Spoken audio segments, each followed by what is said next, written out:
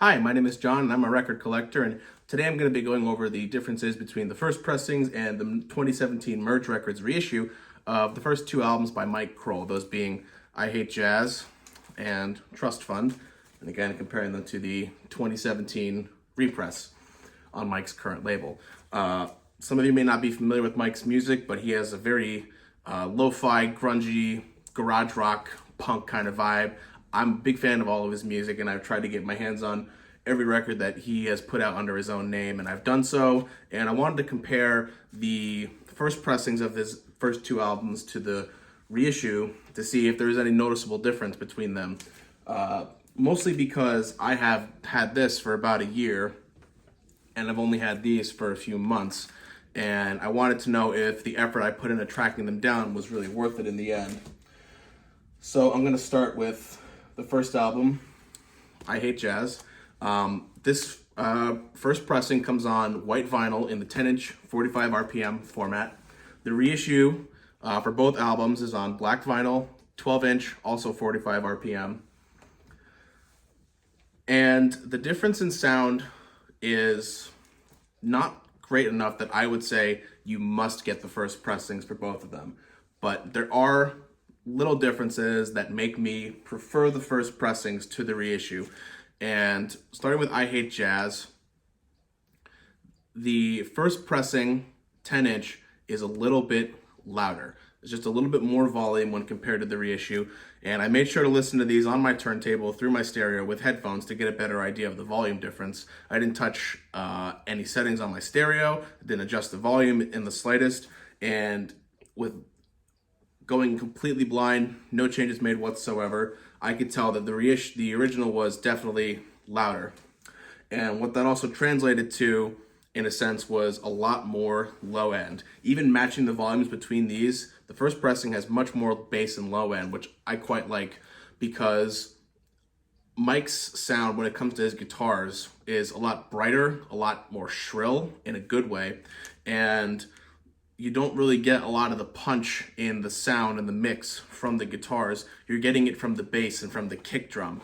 And with the increased low end on the first pressing, that ends up giving it a much fuller sound.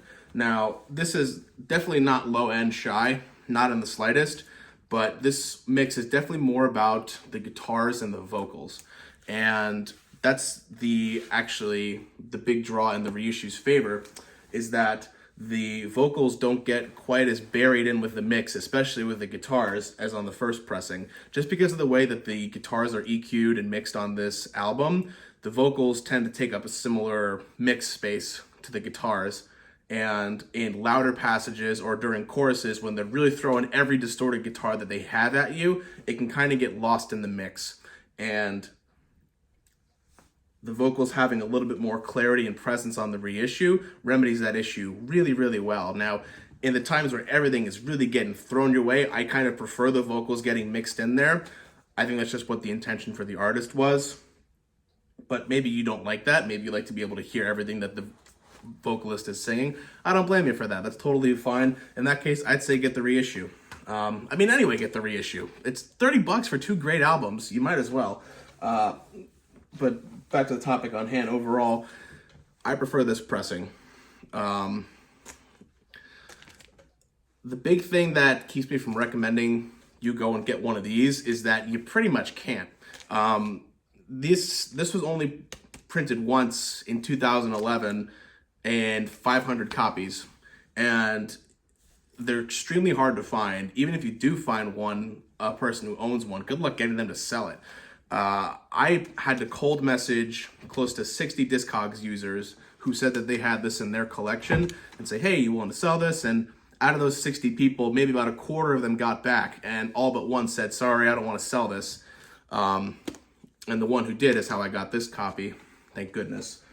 And I think a lot of that just has to do with the fact that these earliest copies of the album were actually shipped out or hand-delivered by Mike himself, which I think is just a really cool touch. And I totally get why anybody who got theirs that way wouldn't want to get rid of it. I certainly wouldn't. Mine is not for sale, by the way, nor will it ever be.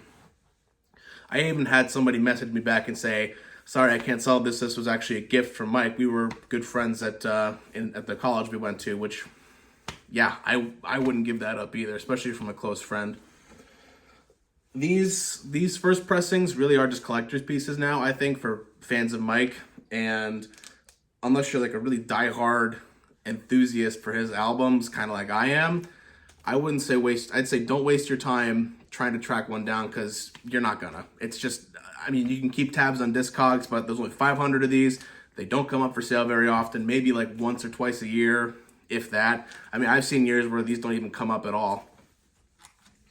It's just so much easier for you to get the reissue. And the sound is different, yes, but I don't think this is bad at all. This is a really excellent package and a great way to get this first album on vinyl. Now, my review of Trust Fund is going to be a lot shorter because pretty much everything that I had to say about I Hate Jazz's differences between the first pressing and the reissue goes for this album as well. However, the differences such as the higher volume on the first press, more bass on the first pressing, it's not quite as different on the reissue. The way I sort of described it while I was writing down my notes was, if this is like 90% of the way to the first pressing of I Hate Jazz, it's about 97% of the way to the first pressing of Trust Fund. And they did a much better job of getting the sound closer to this than they did for I Hate Jazz. And especially on this album, where I think the vocals are a little bit more of a focus, giving them more presence and more place in the mix suits the songs a lot better. And overall, I think you can't go wrong getting Trust Fund in either form, really. But again, this being so easy to get your hands on, it's always in stock. There's always sellers who have it. There's really no reason to go after these, unless, like I said, you're a diehard fan of Mike's. Overall, though, I'm going to keep these. I'm going to hold on to this just because I like having all of his albums. And if you're a fan of Mike, if you have a copy of these first pressings, I'd love to know, because I really haven't seen a lot of people who have both of them or even just one or the other. If you do, leave a comment. Let me know what number you have too, because these were all individually numbered as well, limited to 500. I'd love to know what number you have, what the story was, how you got it, or if you have the reissue, if you like it, if you're trying to get the first ones. Drop a comment, let me know, we can talk about it. But thanks again for watching, and hope to see you again soon.